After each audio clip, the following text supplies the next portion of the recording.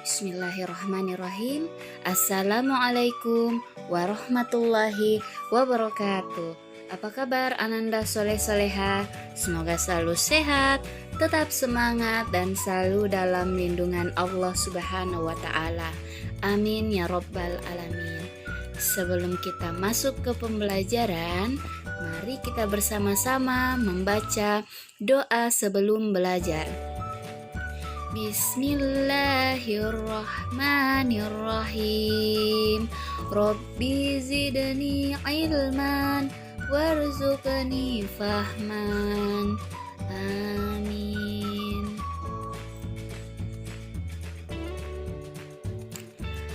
Hadis riwayat Bukhari. Bekerjalah. Tidaklah seseorang memakan suatu makanan yang lebih baik dari makanan yang ia makan dari hasil kerja keras tangannya sendiri. Karena Nabi Daud alaihi salam dahulu bekerja pula dengan hasil kerja keras tangannya. Nah, Ananda Soleh dan Soleha, materi pembelajaran kita kali ini yaitu tema 4D, berbagai pekerjaan. Pada subtema 1 yaitu jenis-jenis pekerjaan. Pembelajaran 4. Pada pembelajaran ini kita akan menjelaskan sikap yang sesuai dengan pengamalan sila Pancasila.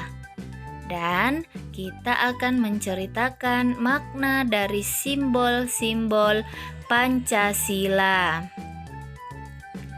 Nah, Ananda Soleh dan Soleha pasti semua sudah tahu dan sudah hafal betul bunyi 5 sila dari Pancasila. Nah, sila pertama dilambangkan oleh bintang yang berbunyi ketuhanan yang Maha Esa. Sila kedua dilambangkan dengan rantai yang berbunyi kemanusiaan yang adil dan beradab. Sila ketiga dilambangkan dengan pohon beringin yang berbunyi Persatuan Indonesia. Sila keempat dilambangkan dengan kepala banteng yang berbunyi kerakyatan yang dipimpin oleh hikmat kebijaksanaan dalam permusyawaratan perwakilan. Dan sila kelima dilambangkan dengan padi dan kapas yang berbunyi keadilan sosial bagi seluruh rakyat Indonesia. Makna dari simbol Pancasila itu antara lain sila pertama, ketuhanan yang Maha Esa. Arti dari lambang sila pertama itu diartikan sebagai sebuah cahaya, mengandung makna nur cahaya. Bintangnya memiliki 5 sudut, maksudnya untuk menerangi dasar negara yang 5 dan tujuan negara yang 5. Sedangkan warna hitam melambangkan warna alam atau warna asli. Makna simbol sila kedua, kemanusiaan yang adil dan beradab, disimbolkan dengan rantai. Artinya, mata rantai berbentuk segi 4 melambangkan laki-laki, sedangkan lingkaran adalah perempuan. Mata rantai yang saling berkait pun melambangkan satu sama lain dan perlu bersatu sehingga menjadi kuat seperti rantai. Sila ketiga berbunyi Persatuan Indonesia, dilambangkan oleh pohon beringin. Arti dari pohon beringin ini merupakan pohon yang besar di mana banyak orang yang bisa berteduh di bawah naungan negara Indonesia, Selain itu, pohon beringin memiliki sulur dan akar yang menjalar kemana-mana, namun tetap berasal dari satu pohon yang sama, seperti halnya keragaman suku bangsa yang menyatu di bawah nama Indonesia. Sila keempat berbunyi kerakyatan yang dipimpin oleh hikmat kebijaksanaan dalam permusyawaratan perwakilan dilambangkan oleh kepala banteng, yang artinya hewan sosial yang suka berkumpul, seperti halnya musyawarah di mana orang-orang harus berkumpul untuk mendiskusikan sesuatu. Sila kelima, keadilan sosial bagi seluruh rakyat Indonesia, dilambangkan dengan padi dan kapas, yang artinya kebutuhan dasar setiap manusia, yakni pangan dan sandang, sebagai syarat utama untuk mencapai kemakmuran. Pengamalan sila Pancasila. Sila pertama, ketuhanan yang Maha Esa. Beberapa kegiatan yang bisa kita lakukan sebagai bentuk pengamalan sila pertama diantaranya: 1. Melaksanakan sholat, mengaji, berdoa sebelum makan dan sebelum tidur.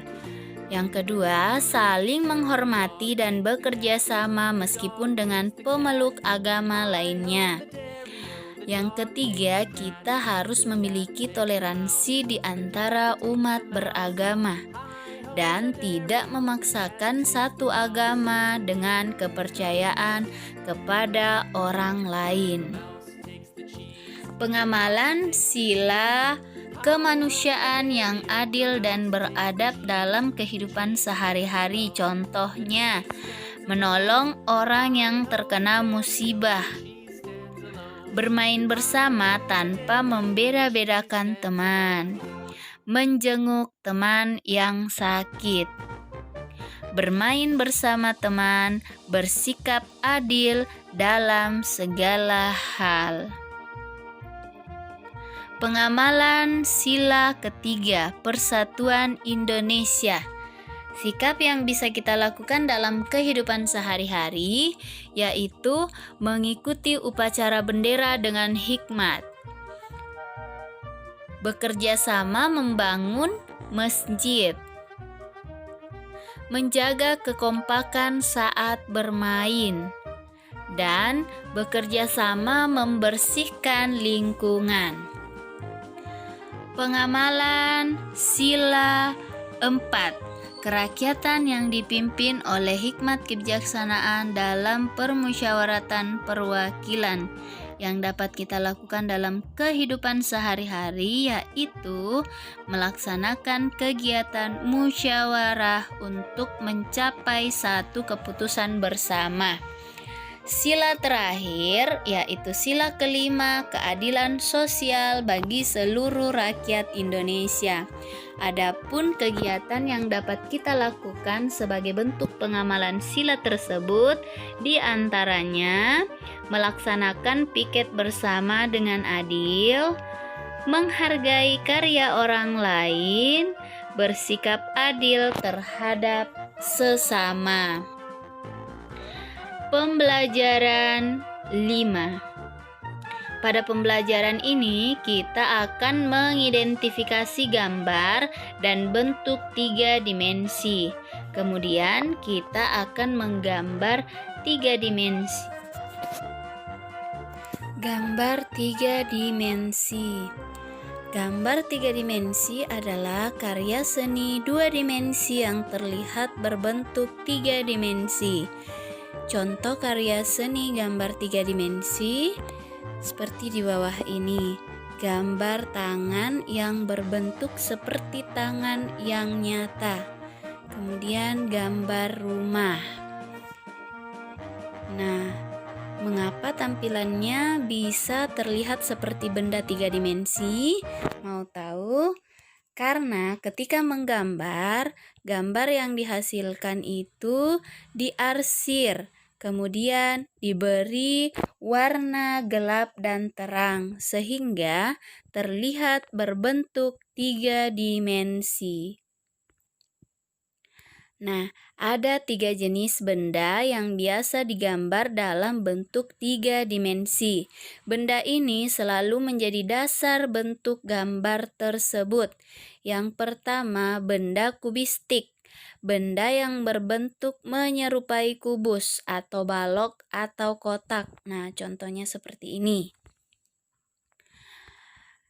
Contoh benda kubistik, misalnya buku atau gambar meja. Yang kedua, benda silindris, benda yang menyerupai silinder atau tabung atau lingkaran. Nah, adapun contohnya yaitu gelas, mangkuk, dan botol. Dan yang ketiga adalah benda bebas, benda yang bentuknya tidak beraturan. Contohnya adalah pohon. Nah, adapun tahapan menggambar 3 dimensi yaitu mengetahui bentuk dasar benda yang digambar, apakah silindris, kubistis, atau bebas. Kemudian kita harus mengetahui bagian-bagian bentuk benda. Kemudian setelah itu kita membuat sketsa. Lalu setelah itu kita memberikan arsir atau warna gelap, terang, atau warna yang berwarna. Nah, Ananda Soleh dan Soleha, setelah mengetahui tahapan-tahapan cara membuat gambar 3 dimensi, silahkan mengerjakan latihan di bawah ini. Nah, itulah tadi sedikit penjelasan dari Ustazah terkait tema kali ini, yaitu subtema 1 jenis-jenis pekerjaan. Semoga bisa dipahami dan dimengerti, dan semoga apa yang kita pelajari bisa bernilai pahala di sisi Allah Subhanahu wa Ta'ala. Amin. Ustazah akhiri dengan mengucapkan hamdalah, syukran, wassalamualaikum warahmatullahi wabarakatuh.